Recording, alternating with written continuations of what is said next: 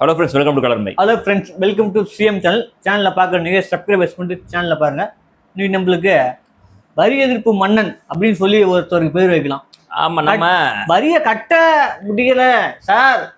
அதாவது இவ்வளோ நேரம் சினிமாவில் கொலிக்கும் அவருக்கு நம்மளும் அவருக்கு அது விமர்சனம் பண்ணதே கிடையாது. அவர் ஏன்னா சினிமா பாணியே நமக்கு தெரியும் எப்படி இருக்கும் சொல்லிட்டு. இவங்க பொது வாழ்க்கையில் வரும்போது ஃபர்ஸ்ட் இவங்களை ஒழுங்கு பண்ணிக்கணுமா இல்லையா? ஆமாம். இவரோட டேட்டா எடுத்து பார்த்தா ஒன்று ஒழுங்கு இல்லைங்க. இவர் எப்படி மக்களை ஒழுங்கு பண்ணான்ற கேள்வி எல்லாத்தையுமே எழுது. ஆனா யார்கிட்ட அவங்க ஃபேன்ஸ்ல எழாது. அது என்ன பண்ண சும்மா பார்த்து தற்கொலை கூட்டம் எப்படி இருக்கு நண்பா அப்படின்னா கத்துற கூட்டம். ஒரு தீவிர ரசிகர் ஒருத்தவர் விஜயை பார்க்க போயிட்டு நொந்து போய் வந்தாரு. சொல்றாரு, யாங்க நான் பார்க்க போன தெரியலன்னு சொல்றாரு. அந்த மாதிரி காலகட்டம் மாறிட்டு இருக்கு. ஏன்னா ஃபேன்ஸ்ல இருந்து இவங்க கட்சி பொது பணிக்கு வரும்போது எவ்வளவு பிரச்சனைகளை இன்னல்களை சந்திக்கிறாங்கன்னு சொல்லிட்டு இருக்கு. இவரை ஃபர்ஸ்ட் ஒழுங்கா இல்லை. ஒரு அரசாங்கத்துக்கு ஒரு முறையான வரி கட்ட வக்கல்ன்ற மாதிரி பேச ஆரம்பிச்சுட்டாங்க. நம்ம பேச ஆரம்பிச்சுட்டாங்க. இப்ப இதையும் சொல்லிக்கிறாங்க. இப்ப என்ன சொல்லுவாங்க பத்தியா, டிவிக்கு எதிர்க்கிறதுக்கு வேற வழியே இல்லை. டெபரு ஐடி ரைடு, அந்த ரைடு, இந்த ரைடு பதிவு பண்ணாதான் இப்ப கொண்டு வராங்க அப்படின்னு சொல்றாங்க. அது லூசு பசங்களா? அதாவது சொல்லுங்க, நம்ம அந்நிய விஷயம். ஏன்னா அதெல்லாம் ஃபேக் நியூஸ். அன்னைக்கு அதெல்லாம் வேற கதை. அதெல்லாம் வேற கதை. அதை இருக்கல நம்ம. அதே அது பர்சனல் ஆல்ரெடி இருக்கிற ஒரு கேஸ். இந்தியன் கவர்மெண்ட் 2005ல இருந்து இருக்கு கேஸ். வரும் 2005 ஒரு கேஸ் வந்திருக்கு, 2014 ஒரு கேஸ், 2014 வந்திருக்கு. அப்படி எவ்வளவுதான். அப்ப அதுவும் வருமான வரி ரீதியா தான். அது சொந்த பணம் சம்பாதிக்கிறீங்க. எப்படி ரொம்ப கஷ்டப்பட்டு சம்பாதிக்கிறாருல்ல அவர் சொல்றாரு. கொள்ளடிக்கிற உங்களுக்கே உள்ள இருக்குன்னா கஷ்டப்பட்டு சம்பாதிக்கிறது எப்படி? அது நம்ம அதையும் சொல்றோம். ஏன்னாச்சுன்னா இப்போ வரி கம்மி, டாக்ஸ் கம்மி பண்றாங்களா? அப்ப அதெல்லாம் என்ன பண்றாங்கன்னா, யாரெல்லாம் வரி கட்டாம இருக்காங்களோ, வாங்குறதெல்லாம் பணம் கட்டாம அதெல்லாம் பணத்துக்கு வாங்குங்க அப்படின்னு சொல்லி பிரஷர் வந்திருக்கு. அதனாலதான் திரும்ப அந்த என்ன நடக்க சொல்லி பேச வந்திருக்காங்க அவங்க. இல்ல, அவரு அந்த கேஸ் போட்டிருந்தாங்கல்ல, அதுல வழக்கு நேற்றுக்கு நீதிமன்றத்துல வந்துச்சு. டைம் கேட்ட வழக்கு. அதுக்கு அவங்க தெளிவா சொல்றாங்க பாரு, அவர் வழி கட்டாத ஒரு தப்பா தெரியல அவருக்கு. ஆமா, நீங்க தாமதமா எங்களுக்கு வழக்கு பதிவு பண்ணிட்டீங்க. முன்னாடியே பண்ணிதான் உடனே கட்டிருப்போம். அப்படி வழக்கு பதிவு பண்ணி தான் உங்களுக்கு கட்டணும் அவசியமா? அதான் நான் கேட்க ஒரே கேள்வி. அதே மாதிரி ரோல்ஸ் ராய்ஸ் கார் லண்டன்ல இம்போர்ட் பண்ணார்ல. சரி, நான் ஒண்ணு நானும் சொல்றேன், இருங்க. சொல்லுங்க. ரோல்ஸ் ராய்ஸ் கார் லண்டன்ல இம்போர்ட் பண்ணாரு. சரி, இந்தியாவில் டாக்ஸ் அதிகம்.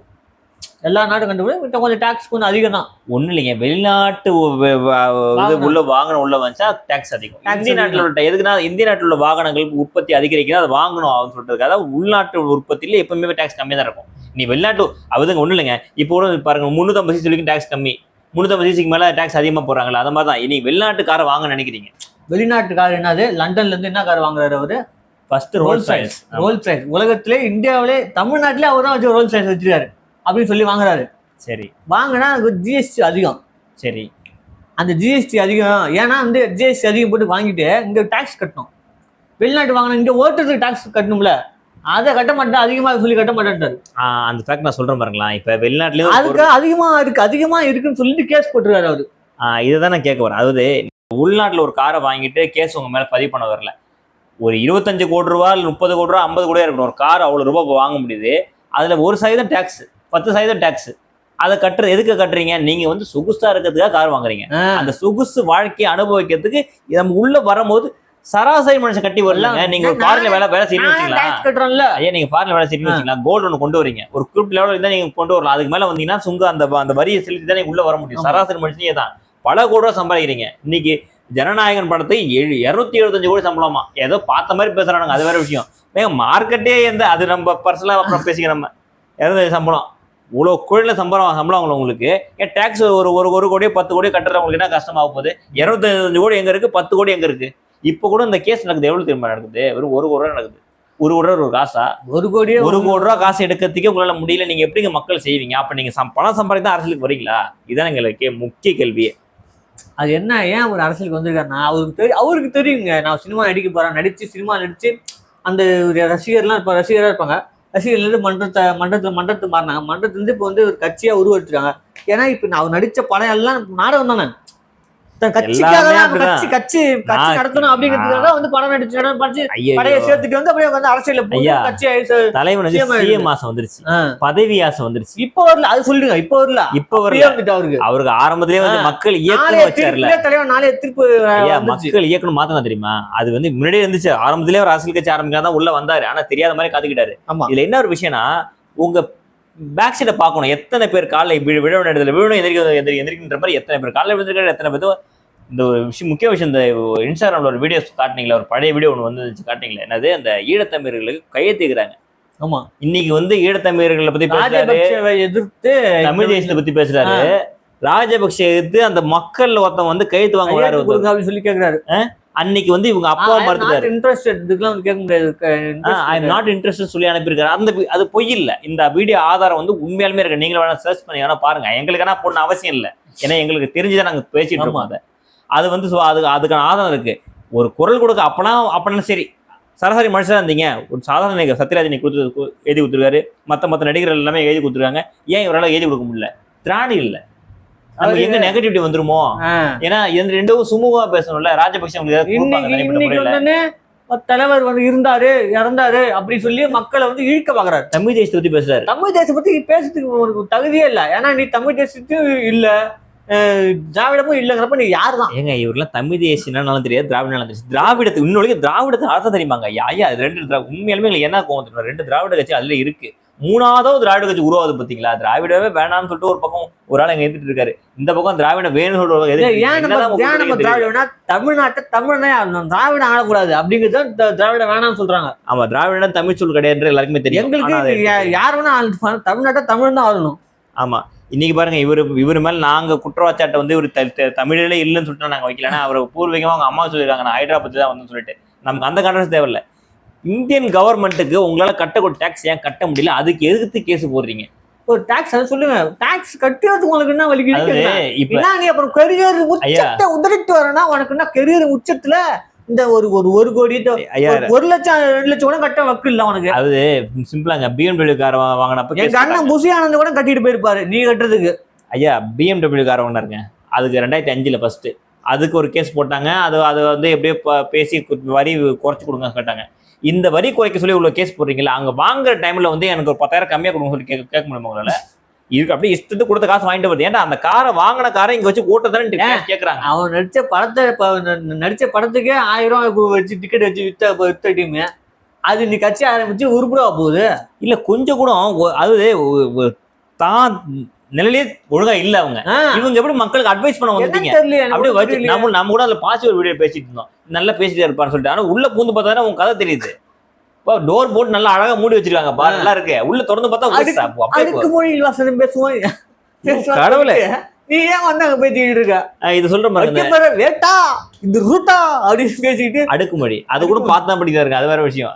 கடவுளே, சினிமா தற்கூரி கூட்ட சினிமாக்காரங்க அரசியலுக்கு வராதிங்க மக்கள். சரி, இன்னொரு விஷயம் சொல்றாங்க, நீங்க உண்மையா நீங்க சினிமாக்காரங்க நிரூபிக்க தோணு இருக்கு, எப்படி நீங்க தோக்க போறீங்க, அது வேற விஷயம். நம்ம டேரக்டா சொல்லக்கூடாது தோக்குறே ஜெயிக்கல, அவங்க ஜெயிப்பாங்க அப்படி தோக்கணும்னு சொல்லுங்க. அவ்வளவு படைகள் இருக்குது, எப்படி தோப்பாதீங்க? சரி, தோக்குறாங்க ஜெயிக்கிறாங்க. எலெக்ஷன் ஒரு சந்திக்கல, சந்திச்சுட்டு நம்ம பேசுவோம் அவரை பத்தி. எனக்கு தெரிஞ்ச அவருதான் சிஎம் ஆக போறாரு. எழுதி வேணா வச்சுங்க. அப்படியா? நான் எழுதி வச்சுக்கிறேன், அவங்க எழுதி வச்சுக்கிறேன், கையெழுத்து வரலாம் போட்டு தரேன். எப்படி யார் என்ன? ஆனா இவங்க ஒரு விஷயம் பண்ணிட்டாங்க, டிஎம்கேவே ஈஸியா ஜெயிக்கிறதுக்கான வழியை அவங்க பண்ணிட்டு இருக்காங்க. யாரா வானான்னு நம்ம நினைக்கிறோமோ அவங்களே கொண்டு வந்து வர வைக்கிறதுக்கான முழு வளர்ப்பு நீங்க கொடுக்குறீங்க. ஏன்னா ஓட்டை பூந்து கலைக்க போறீங்க. வேற உங்களால என்ன பண்ண முடியும்? ஓட்டை கலைக்க தான் முடியும். கண்டிப்பா ஜெயிக்க முடியும், அவருக்கும் தெரியும், யாரையாவது தெரியும். அசால்ட்டா பணம் அடிக்க முடியாது. சரி, ஊழலை ஒழிக்குன்னு சொல்லிட்டு வந்திருக்காரு. அவரே இப்படி வந்து அவரே ஊழல் பண்ணிட்டு இருக்காரு. புலிதான் கேட்கணும். ஒன்றும் இல்லைங்க, ரைடு போன இடத்துல ஒரு 13 கோடி ரூபா கணக்கில் காட்ட முடியல. புலிப்பா டைம்ல அந்த டைம்ல கேஸ் போட்டாங்க. அந்த கேஸ் வழக்கு நேற்று வந்து 2 நாளுக்கு முன்னாடி வந்துச்சு. அதுக்கு வந்து ஏன் லேட்டா போட்டீங்கன்னு சொல்லிட்டு ஒத்துக்க முடியாது, ஆதாரம் கிடைச்சி போச்சு, ஒத்துக்க முடியல. அது ஏன் லேட்டா எங்கள்கிட்ட கேட்குறீங்க, முன்னாடியே கேட்டுக்கலாம். மாஸ்டர் டைம்ல வந்து ஒரு நடந்தது ரைடு. என்ன பண்ணிட்டாரு இவரு? இதுக்கு இந்த ரைடை கலைக்கலாம் என்ன பண்றாரு? ரசிகரை நெய்வேலி வர சொல்றாரு. போராட்டம் போது சும்மா ஒரு ஆர்ப்பாட்டம் காட்டிடலாம் சொல்லிட்டு ரசிகர்லாம் நெய்வேலிக்கு வர வச்சு இல்லை அவ்வளோ வரைக்கும் எப்படி தெரியும்? நெய்வேலியில் ஷூட் நடக்குது, அங்கே வந்து விஜய் நடிக்கிறாரு, வாங்க நம்ம எல்லாம் அவருக்கு பாதுகாப்பா நிப்பானா எல்லாம் வந்தாங்கன்னா பிளான் தான் எல்லாம் வந்து வர சொல்லிட்டாங்க. வந்து தளபதி இல்ல இவ்வளவு பேசணும்ல, அவங்களுக்கு மடியில கணக்கு இல்லைன்னா இவங்களே அழக போறாங்க. அதானே மதம் தப்பே இல்ல, வா நீ வா ரைடுக்கு வா, தைரியமா கூடுங்க, கூட முடியுமா? தமிழ்நாட்டுல எந்த நடிகர் வீட்லயும் ரைடு நடந்து பாத்துருக்கீங்களா? நான் எனக்கு தெரிஞ்சு அதிகமா கேள்விப்படல. ஏன் ஒருத்தர் வீட்டுல ரைடு நடக்குதுன்னா அங்கதான் ஊழல் இருக்குன்னு அவங்களுக்கு தெரிஞ்சிருக்குது. இது ஊழல் திருட்டு பாய் வீடுறாது, தூக்குனா நிறைய கரெக்டா வாழ. அதெல்லாம் குடும்பம் இல்லைங்க, கலைஞருக்கு செலவைக்க சொல்லி அவதான் பேசியிருக்காரு. இதுல கவனிச்சுக்கலாம் நீங்க பேச்செல்லாம் பார்த்தா மேடை ஒன்னோட ரெக்கார்டு இருக்கியா? உங்க ஆளுக்கு சரியான தற்கொலை. தமிழ் கை பேச போனாங்க நாகப்பட்டினத்துக்கு, அங்க போய் நின்று சில்லான்னு பாட்டு பாடிட்டு இருக்காரு. அங்க போய் என்ன பண்றாரு, நாங்க என் படம் வந்துட்டு இருக்கு, கூடவே என் படம் வந்துட்டு இருக்காரு, ஈழத்தமிழ் பேச போய் அந்த பாட்டுல ப்ரமோஷன் வேற. குத்து பாட்டு இல்லைன்னு சொன்னீங்க, அடுத்த பாட்டுல 4 குத்து பாட்டு இருக்குது, வந்து பாடுங்களேன் நண்பர்களே. இதுல வந்து ஐயா விஜயகாந்த் கூட கம்பேர் பண்ணி அவரே பேசிக்கிறாரு. அவரு எப்படியாப்பட்ட இடத்துல இருக்காரு. அவங்க அப்பவே சொல்லிட்டு போயிட்டாரு, நான் அப்ப சொத்தெல்லாம் வித்துதானே நாளைய திருப்பி எடுத்தேன், வேற வழி இல்ல, வேற முகம் எனக்கு பெரிய முகம் காட்டுறதுக்கு வேற ஆள் இல்ல, நான் ஓடி போய் நான் விஜயகாந்த் சார்ட்ட கேட்டேன், சார் என் புள்ளைய வந்து 10 நடிச்சுக்க சொல்லுவேன். அப்படி அவங்க போய் நடிப்பாரா, சரி இப்ப நான் நடிச்சுக்க சொல்லி கூட்டம் வந்தாரு. அதுல என்ன ஒரு வந்து இந்த பெரிய ஆள் ஆனாரு இவரு அப்படின்னு சொல்றாங்க. இல்ல வந்தா என்ன பண்றாரு, பர்சனலா பேசிக்கிட்டே ஒரு வேலையா இருக்கு. பாத்தீங்க அந்த நம்ம விமர்சிக்க வேணாம்னு நினைக்கிறோம். நம்ம அடுத்த வீடியோ வரல, சனிக்கிழமை ஒரு சனிக்கிழமை நாயகன் வராருல, சனி நாயகன் வராருல, சனிக்கிழமை வச்சு என்ன ஜனநாயகன் இல்ல, ஒரு சனி நாயகன் வருவாரு பாப்போம். அதாவது பேட்டி விட சொல்லுங்க முதல்ல, அதுக்கு முட்டு கொடுக்குறாங்க, பேட்டி கொடுக்கறதுக்கு முட்டு கொடுக்குறாங்க. தெம்பு திராணி இல்ல, ஒரு பிரஸ் மீட்டை சந்திக்கிறது ஒரு ஒண்ணும் கிடையாது. வாத்தல் அவராஜி சொல்லிட்டு போறாரு, இவன் அது கூட சொல்ல மாட்டேங்கிறான். அதெல்லாம் தனி தைரியம் வேணுங்க, இவருக்கு தைரியம் கிடையாது.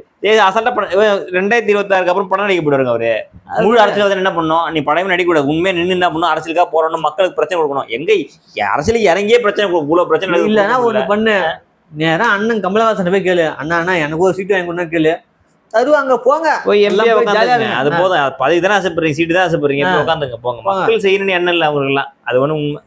சரி, நன்றி, வணக்கம். அடுத்த வீடியோ சந்திப்போம். தொடர்ந்து உங்க ஆதரவை தெரிவிங்க. பாக்குற நீங்க சப்ஸ்கிரைபர்ஸ் பண்ணிட்டு போங்க. நீங்க சொல்ற கருத்துக்களும் கீழே கமெண்ட் பண்ணிட்டு போயிடுங்க. ஓகே, நன்றி, வணக்கம்.